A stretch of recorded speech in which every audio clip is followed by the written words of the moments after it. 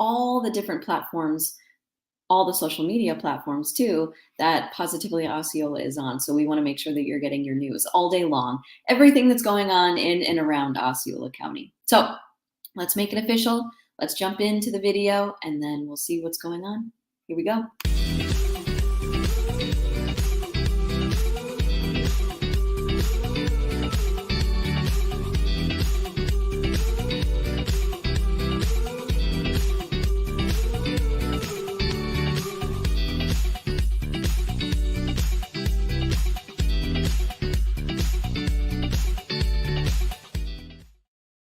Once again, good morning, ladies and gentlemen. Today's date is August 8th, 2022. It's 7:01.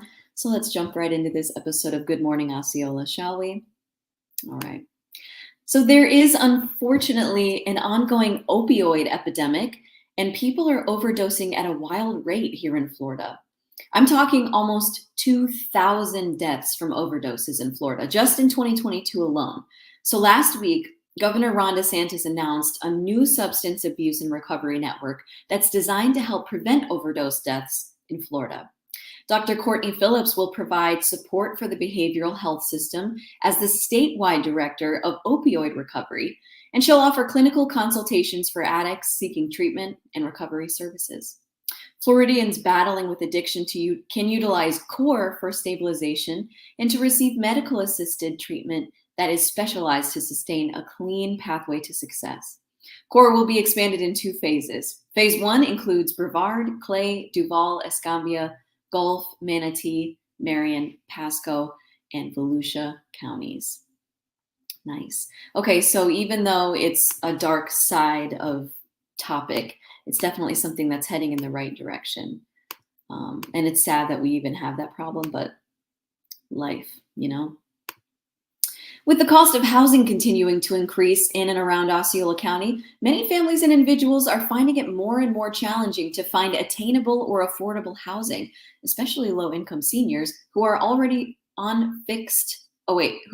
struggling with inflation and increasing rental expenses as they try to make ends meet on fixed incomes. The Osceola Council on Aging announced Friday that it would be receiving a $5.69 million HUD grant for an affordable housing project in BVL called Buen Vecino, which translates to good neighbor. The affordable apartments project, scheduled to open in 2023, will benefit Osceola low-income seniors who the Osceola Council on Aging serves for housing, food, and services. So once this is completed, Buen Vecino will be a 1-story, 61-bedroom apartment development for the low-income older population, 62 years of age or older, that makes less than $29,000 per year. So in addition to the HUD grant, District 2 Osceola County Commissioner Viviana Janer announced that the county would be allocating $3.8 million to the affordable housing project for seniors.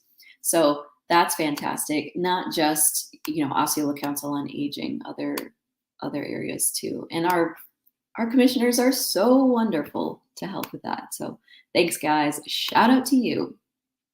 The Central Florida Expressway Authority has announced that the following road and ramp closures will take place beginning Sunday night in connection with State Road 417 Capacity Improvements Project. So here are the details. And I'll make this bigger so you can see it.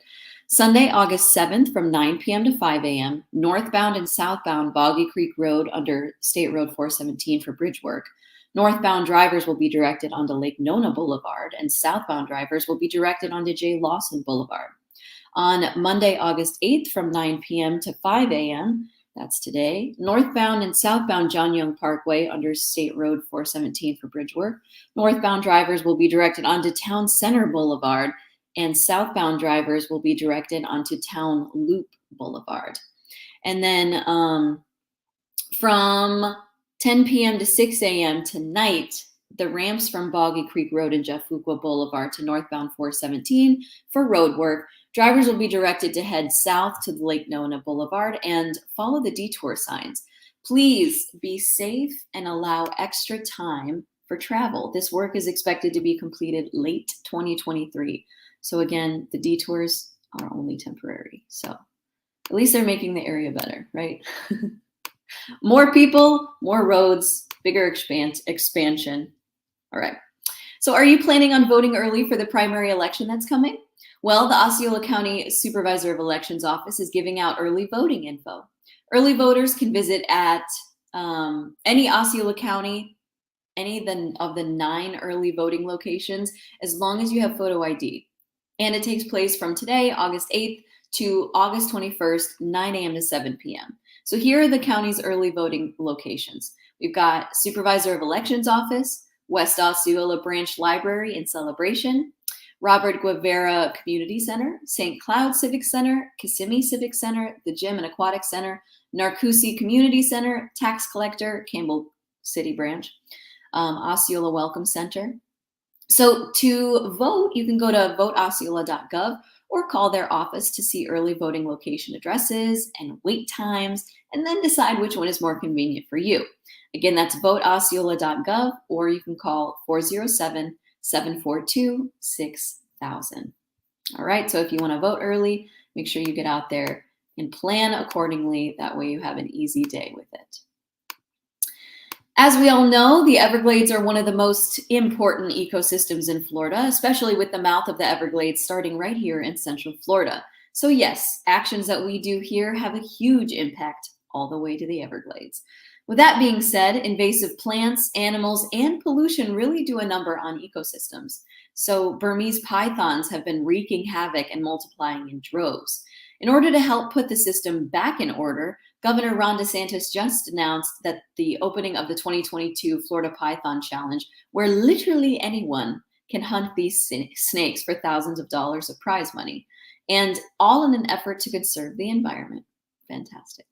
Running 10 days from August 5th through the 14th, visit floridapythonchallenge.org to register for the competition, take the online training, register for optional in-person trainings, learn more about Burmese pythons and the unique Everglades ecosystem, and find resources for planning your trip to South Florida to participate in the Florida Python Challenge. For more information on Burmese pythons, you can visit myfwc.com/pythons. And also, look at that. Look at that. Listen, I don't hate snakes. In fact, I think most animals are pretty rad, and they all have a niche in life.